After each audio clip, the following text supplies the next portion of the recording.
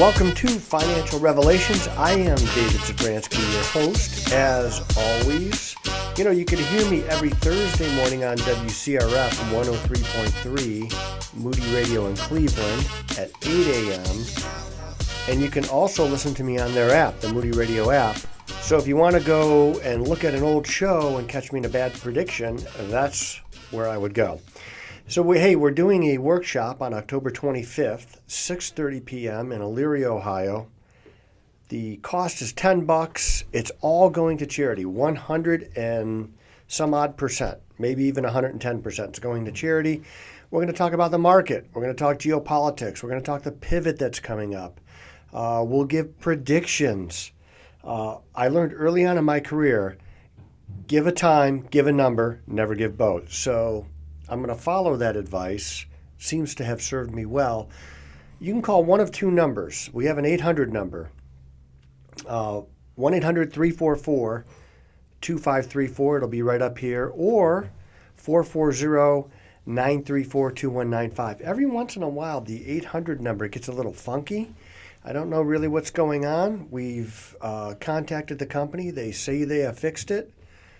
It's not always fixed. So 1-800-344-2534 or 440-934-2195. That's the direct line to the office. If you have questions that you would like to ask and have us answer them, I love to do that. I don't have to answer them on the podcast, but I like to because I figure if you have the question, probably a lot of other people have the question also. And you can email those questions, comments, concerns to Joshua at EP56.com. Also up here, Joshua at EP56.com. Now that takes care of all the housekeeping that I have to do today. The house is now clean. What I wanted to talk to you about today is what I'm seeing in the market. And I have predicted for a while that the Republican Party would take the House and most likely the Senate. That's looking even more convincing now. But I think the market is starting to catch up with the politic of the moment, which is there is going to be divided government. Now, with divided government, it does bring along with it some perils, investigations, a little gotcha politics, which I'm pretty sure is going to happen because the Democrats, when they had the House and the Senate, did impeach. Well, they had the House. They impeached the president twice, and I think you're going to get a little bit of gotcha politic out of it, but that's kind of to be expected. Politics today is really a contact sport. And if you're not ready to get down and in the mud in politics, you probably should go back to running your ice cream stand. So it's going to be some of that. And in a lot of places, the numbers are getting increasingly worse where the Democrats are kind of flaming out. And I think my prediction is we're going to get a 6 to 10% bump on divided government. And that's coming. Now, that doesn't really get us back to level from where we started the year. But if I had to pick a choice between down 6 or 10% or up, I know which one I'm picking. So that is definitely coming. The Fed, the Federal Reserve, they're also going to raise interest rates 75 basis points on November 2nd, just a few days before the general election. In 1992, George Bush blamed the Fed for slowing down the economy, raising interest rates, for costing him the election. I think it played a part, but I also think he was a pretty bad campaigner. He wasn't really enthusiastic on the campaign trail. I was reminded yesterday by Josh about the read my lips, no new taxes pledge that he broke. I think that played a part. And I also remembered that coming out of the original Gulf War, George Bush Sr., imagine this. This would not happen today. George Bush Sr. had a 93% approval rating. 93%. A president from one party had 93% approval rating in 1990, and he lost the election 2 years later. Now, he really lost that election probably 18 months later because the numbers started working against him and they never recovered. And it's really hard to believe that that could happen. And it's really hard to believe that a president in my lifetime had a 93% approval rating, given how divided we are, I think, politically in America today. That, I think, will eventually probably rectify itself. But if it doesn't, I know which side I'm standing on. So some of the big things that we're talking about politically right now are securing the border and the issue that we have with illegal immigration. Some in politics have always, or have been saying for quite some time, that we need a path to citizenship. I would argue we already have a path to citizenship. We don't need a new path. We have one. Now, it is true that it does help our economy to import workers. But I think the problem here is that some in politics want to make everybody a citizen as soon as they walk across the border, and a lot of people don't. In fact, it's unconstitutional to do that. There is a process to become a citizen, and it doesn't include just falling across the border or climbing a fence. So I think what I have long thought of as a viable solution, and it would, I'm not really into killing birds, but if I'm going to do it, I'm going to kill two with one stone. So here we go. You give people who are coming here that we vet. Okay, so if you come here and you're MS-13, we don't need you and we don't want you and you're going home. So they'll still be trying to sneak across the border, but we're going to catch them.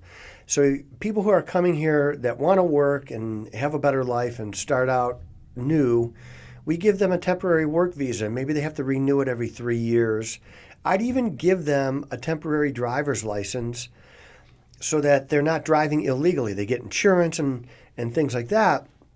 So we're not forcing them into the shadows. And what it does is, by giving them a temporary work visa, it brings them out of the shadows. It allows them to earn a living wage, to get paid, and, wait a minute, here's the second bird, pay into Social Security. We have a big problem with Social Security. We don't have enough workers to support the retired people. And so eventually, they're going to have to raise the full retirement age from 67 to 70. The best way to do that is to raise it on people who don't vote. So you pick out 10-year-olds and you say, oh, when you retire, it's age 70, but there'll still be an uproar about it. But this would help that significantly. And my guess is that most people who are here on temporary work visas will never collect Social Security, because you got to pay in for 10 years, and they might not be here that long. So that's how I would secure the border, is I would allow people to come here. I would finish that wall, that fence that we started building. I would finish that thing and I would police it, and I'd use it do it with technology. But I would stop encouraging people to come here illegally, because that puts a lot of people at risk. And then when they get here, they're really pushed into the shadows, because people will hold that deportation over their heads. They'll say, look, if you don't do what I say, I'm going to report you and you're going to get deported and you're going to have to go to wherever you came from, which I assume isn't as good as here, because we build walls to keep people out. Other countries build walls to keep people in. And that tells us something. People are really trying to get here. The other thing that I think is going to happen is, or that I'd like to see happen, is I'd really like to see lawlessness held accountable. I remember a couple of years ago when it was the summer of fire, it seemed like, when cities were on fire and the people were protesting all over and burning police cars, and even police stations got ransacked. How much guts does it take to ransack a police station and not think you're going to get caught or held accountable? And so I would like to see, and I think this is going to happen, I think the tide is turning on this, where those types of things are not going to be as easily done without some accountability. And that's coming after the election also, I hope. And, all politicians love to spend your money. And they think, and it doesn't matter what party it is, because both parties have gotten us to where? $31 trillion in debt. It's over 100% of our gross domestic product, our GDP. And this is when the numbers, if you have a recession, and I think we are going to have a recession, in a recession, what the government does is spend money. They might not be able to do that as easily as we get deeper and deeper in debt. And the administration right now doesn't seem to really want to stop that process of getting us deeper into debt. But somebody has to. And one thing that we learned in Greece and Spain and a couple other places in Europe is that austerity doesn't really work. When governments cut their budgets so low, really what it does is it drives you deeper into recession. So austerity isn't really the thing that's going to get us out of where we're at.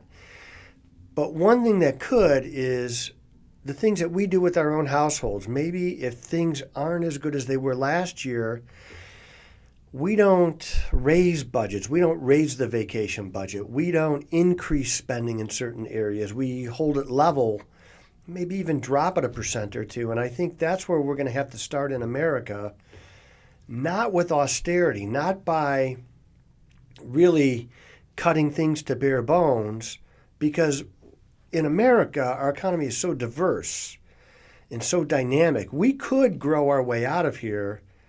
We just got to manage costs way better. So I think what we should do, and this is my proposal for when I run for Senate. No, I'm just kidding. I would never do that. But if I were, what I would say is I want to keep budgets at their level right now for the next 5 years.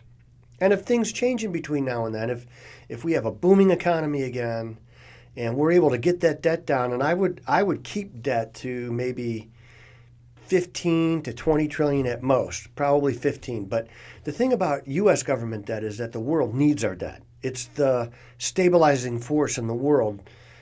Different other governments buy our debt. Pension plans buy our debt. And the more debt you have, the harder it is to do the things that you really want to do with the tax money you collect because you're servicing that debt.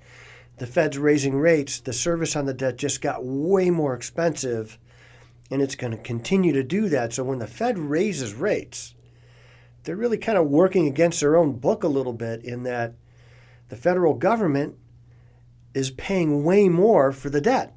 So I think that is one reason why they waited so long to raise interest rates, but it's here now. And so we got to deal with it. So $31 trillion in debt, I think austerity doesn't work. We've got to start managing these budgets somehow, and freezing them at 2022 levels for a few years would be where I started, and allow us to claw out of the recession that I think is coming next year, and then collect more tax money. And not by raising taxes. It's strange. There's this curve called the Laffer curve. It's one of the things that kind of defined trickle-down economics, which is supply side. And I know I'm getting a little wonky right now, but really what it said is if you lower income tax rates, you'll actually encourage economic activity, and in the end, you collect more taxes. And it's true. Now, there is a limit to it.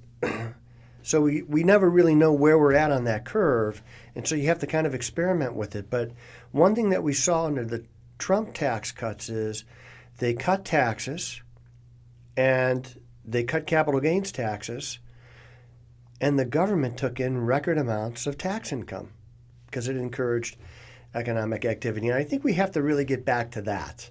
So you could cut taxes but not cut spending, and then your debt's just going to go up. You could cut taxes and freeze spending, and probably your debt would go down, but we really need politicians who have some courage here to tell constituents, we're not raising that budget this year. For the good of the country, for the good of our grandkids, we're going to keep budgets frozen. You haven't cut anything.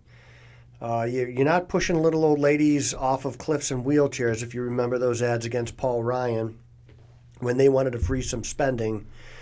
But I really do think that after this election, we're going to have a serious conversation as to where our debt is and how we bring it down to tolerable levels. We're never going to have no debt because the world needs it. How much are we going to have? That's really the question we have to solve here. So I want you to reserve for that workshop. It's October 25th. It's coming up Tuesday. There's still some spots left. I look forward to seeing you there. I am David Safransky, and this is Financial Revelations.